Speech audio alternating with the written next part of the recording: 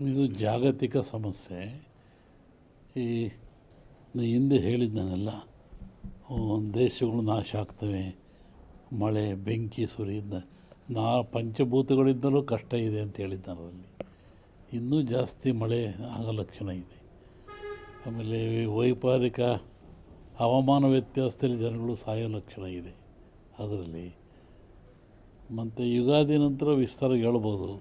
ಇನ್ನೂ ಸಾವು ನೋವುಗಳು ದುಃಖಗಳು ಇದ್ದಾವೆ. ಇನ್ನು ಪ್ರಾಕೃತಿಕ ದೋಷ, ನೀರಿನಿಂದ ಮತ್ತು ಆಘಾತಗಳು ಜಾಸ್ತಿ, ಆಕಸ್ಮಿಕ ತೊಂದರೆಗಳು, ಮನುಷ್ಯನೇ ಆಫತ್ ಮಾಡಿಕೊಳ್ತಾ ಇದ್ದಾನೆ. ಆ ಥರ ಒಂದು ತೊಂದರೆಗಳಿದ್ದಾವೆ.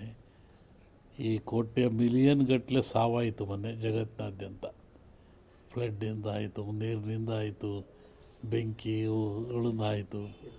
ಆ ಎಲ್ಲ ಆತ್ಮಗಳು ಸರಿಯಾಗಿ ಸಂಸ್ಕಾರ ಆಗಿಲ್ಲ, ಆತ್ಮಗಳು ಸಂಚರಿಸ್ತಾ ಇದ್ದಾವೆ. ಹೀಗಾಗಿ ಜಗತ್ತಿನಾದ್ಯಂತ ಸಂಚರಿಸೋದ್ರಿಂದ ಅಂಥ ಆತ್ಮಗಳಿಂದಲೂ ಮನುಕುಲಕ್ಕೆ ಅಪಾಯ ಇದೆ.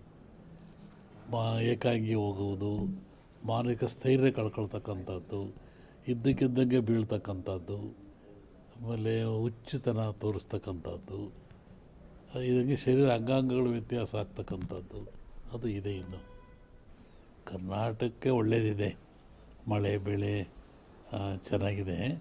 ಆದರೆ ಟೋಟ್ಲಿ ಮುಂದೆ ಭಾಳ ಅಪಾಯ ಇದೆ. 25ಕ್ಕಿಂತ 10 ಪಟ್ಟು ಜಾಸ್ತಿ ಅಪಾಯ ಇದೆ 26ರಲ್ಲಿ.